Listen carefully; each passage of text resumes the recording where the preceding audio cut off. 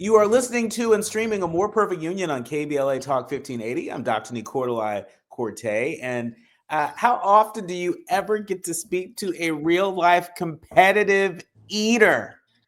I mean, I enjoy a good meal, clearly, but there are professionals in our midst. I want to welcome Nick Wehry. Nick Wehry, he is a competitive eater. He's also here promoting Nathan's annual hot dog eating contest in Coney Island. Welcome to the show, Nick. Thank you so much for having me. Appreciate it. Well, thank you so much for being here. First things first, what's on the job description when it comes to being a competitive eater? Inquiring minds want to know. So I guess the first thing that would come to most people's minds is, in a 6 to 12 minute format, as many hot dogs, bratwurst, chicken wings, fudge, Spam, whatever you can imagine as you can in that time format. But a big part of our job is traveling, raising money for charity, promoting businesses, doing things like that. So there's kind of a balance.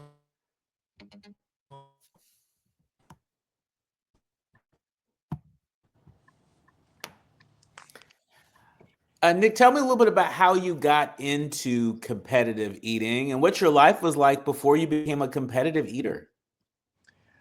Competitive. We always joke around that like you don't find competitive eating; it finds you. Kind of like if you're 7 feet tall, you're probably gonna end up playing basketball. Somebody's gonna ask you to play. So I was a competitive bodybuilder for about 10, 12 years, and my appetite became a running joke amongst my friends.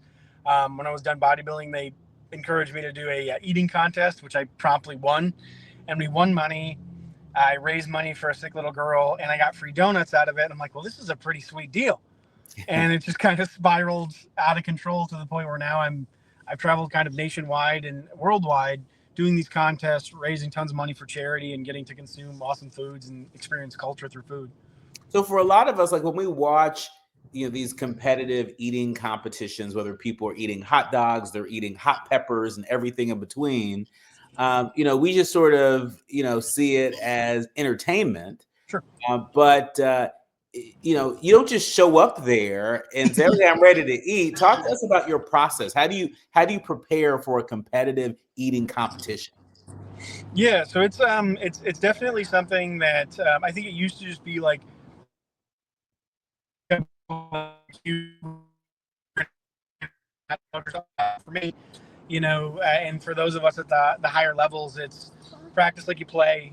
Cook up 60 hot dogs and buns, plate them 5 to a plate, get your Dunkin' liquids ready, and emulate contest conditions as close as you can in the backyard, and just kind of year round for different food disciplines that are leading up to it. Doing media for the sponsor, doing media for anything leading up, promoting charity, promoting whatever it is you're doing. Yeah, yeah, yeah. I think that's great.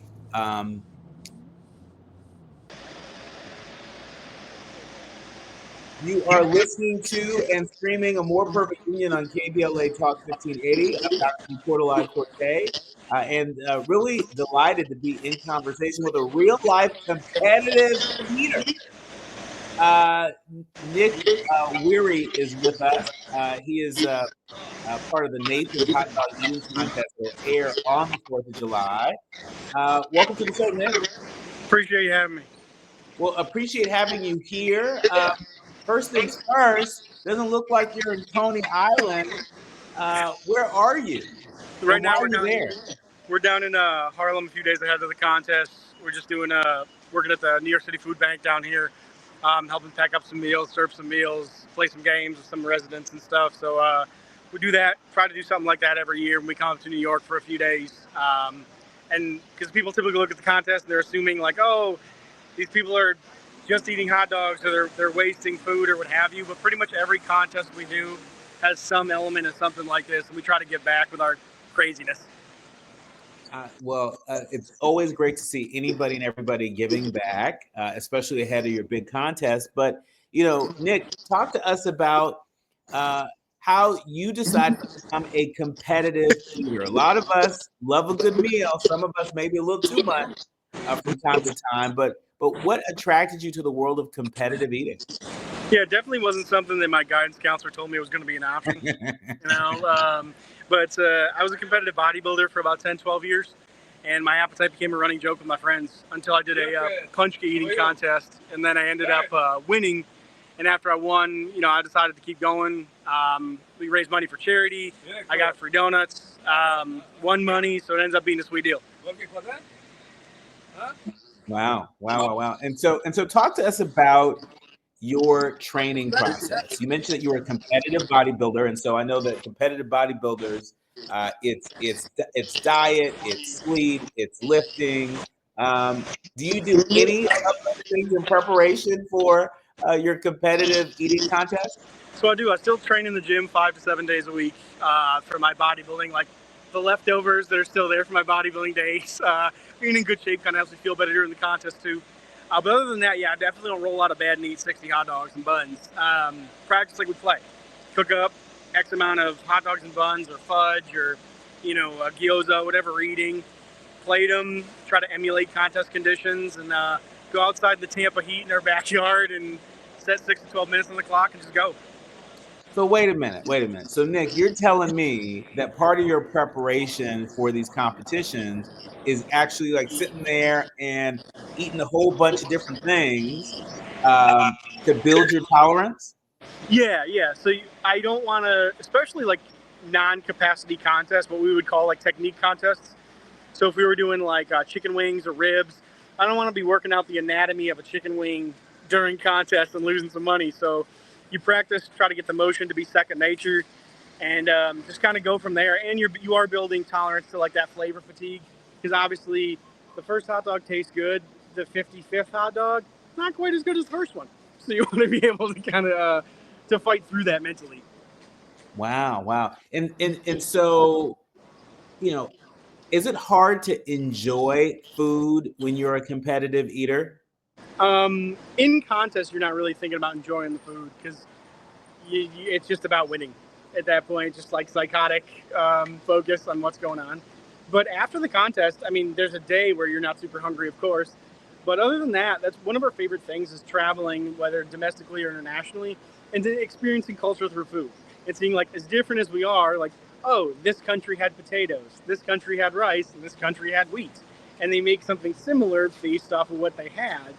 And just celebrating culture through food, we really, really enjoy that. So outside of eating 9 pounds of fudge in 8 minutes or 70 brats in 8 minutes, I do consider myself, I guess, what people would call like a foodie. I really enjoy it. Yeah. You mentioned rice. I wonder if you've ever participated in a jollof rice competition. I have not. I am open to almost any contest short of oysters or pickles. Those two things are just not my bag. Then again, if the check was right and it was for the right charity, I could probably get some oysters or pickles down. But those are just not my thing.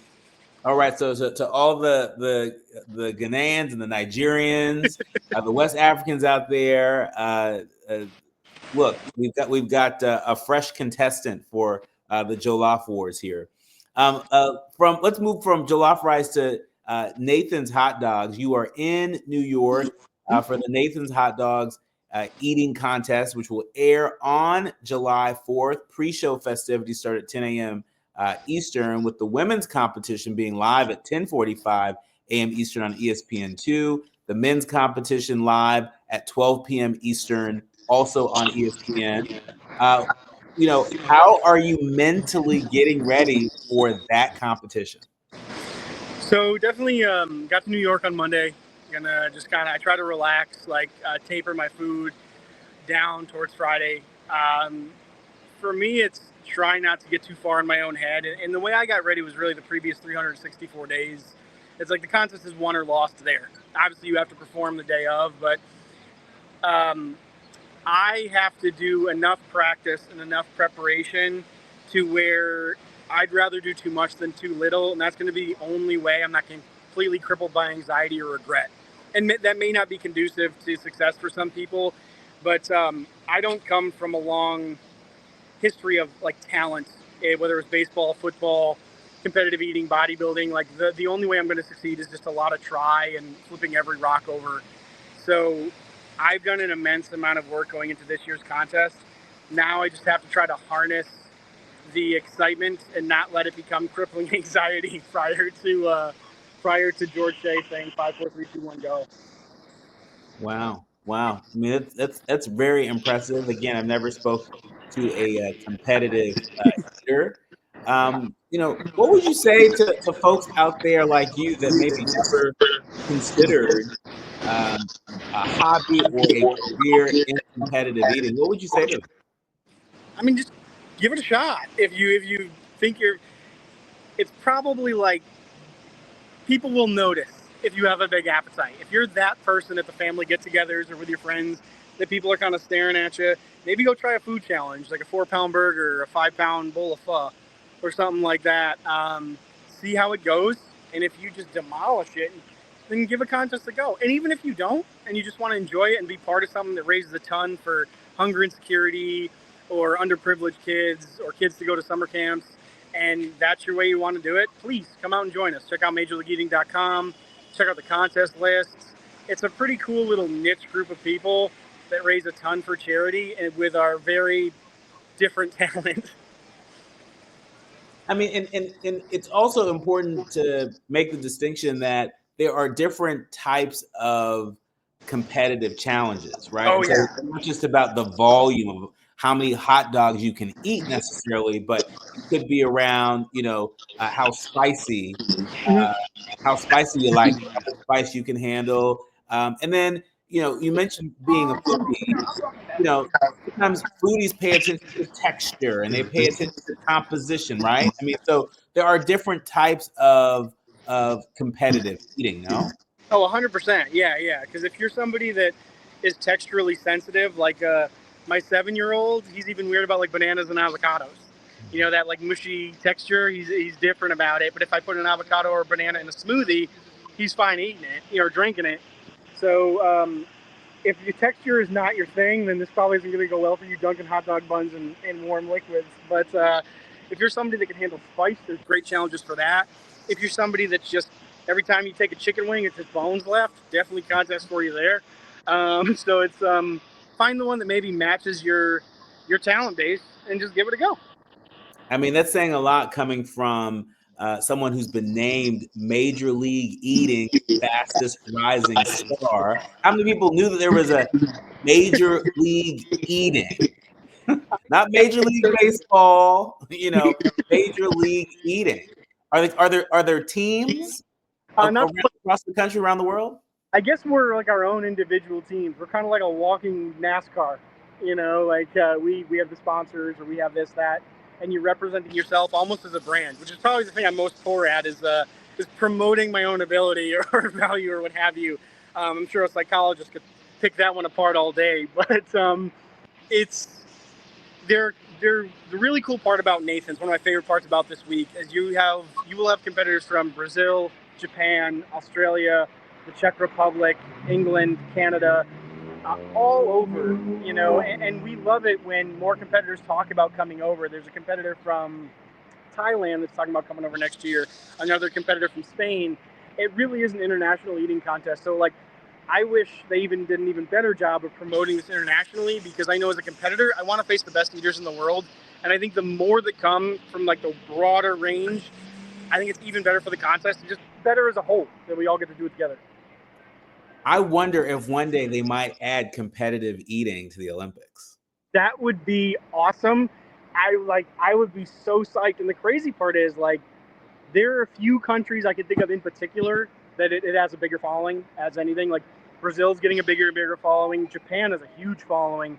They do more long form contests where they eat like slowly with manners, but just pure capacity, how much you can fit. Obviously, the United States, it's a big following, but it's more like speed stuff. England is growing. So I really hope they do. I think it would be very on brand, per se, so fingers crossed on that one. I mean, I think that's incredible. I think that's incredible, and I think it's important that our leaders, learners, and listeners know that you have really run up the list in breaking records, eating 188 pistachios in 8 minutes. That was a part of the Get Crackin' Wonderful Pistachio Eating Championship. Who knew? 223 wings in 10 minutes at the Hooters World Wing Eating Championship in South Lake Tahoe. Yeah. 9 pounds of spam at the World Spam Eating Competition. 52 ears of corn at the National Sweet Corn Eating Championship. And this is the one that really gets me. 41 pork rolls in 10 minutes at Case's Pork Roll Eating Championship in Trenton, New Jersey. I've got to ask you, is there any one particular competition that is the most memorable? That's tough. I guess it would have to be the DraftKings had something called Big Game, or the Film Feast out in Vegas. And I set the short form hard boiled egg eating record, and I ate 50 hard boiled eggs in 3 minutes and 4 seconds. And then proceeded to drop to one knee and propose to my then girlfriend, now Mrs. Miki Sudo, who is the #1 ranked female competitive eater in the world. And it was memorable for a ton of reasons. One, obviously the proposal. Two, I was a mess all day going into that contest. And three, as I started to propose, she thought I was crying about winning the contest. So she's looking at me like, dude, get it together. It's just an eating contest. Until she realizes, like, oh, you can actually hear her in the audio say, like, oh, this is real. I'm like, yes, this is very real. And so to win a contest, obviously make money, do all the travel was awesome. But then to be able to, get engaged with my best friend on that day, it's a pretty memorable day. That's incredible. That's incredible. Thank you for sharing that story. And for folks who are listening, know that Nick, he enjoys working with growing restaurants to develop and host food challenge promotions. And so where can people go to get in touch with you if they want to bring you in to be a part of a food competition? Oh, that'd be excellent. I appreciate that. Check out thehungrycouple.com, my website with my wife and I. We have our website, and then, or you can go on any of the social media links, just my name, NickWehry. You'll see the veiny, weird guy with the mohawk and the fanny pack and the pit vipers. Our thanks to Nick Wehry, and we're going to be rooting you on during the Nathan's annual hot dog eating contest on Coney Island. Remember, people can tune in to that competitive competition, the men's competition, live at 12 p.m. Eastern on ESPN. That's on July 4th. Thank you, Nick. Thank you so much for having me. I appreciate it. You've been listening to and streaming A More Perfect Union on KBLA Talk 1580.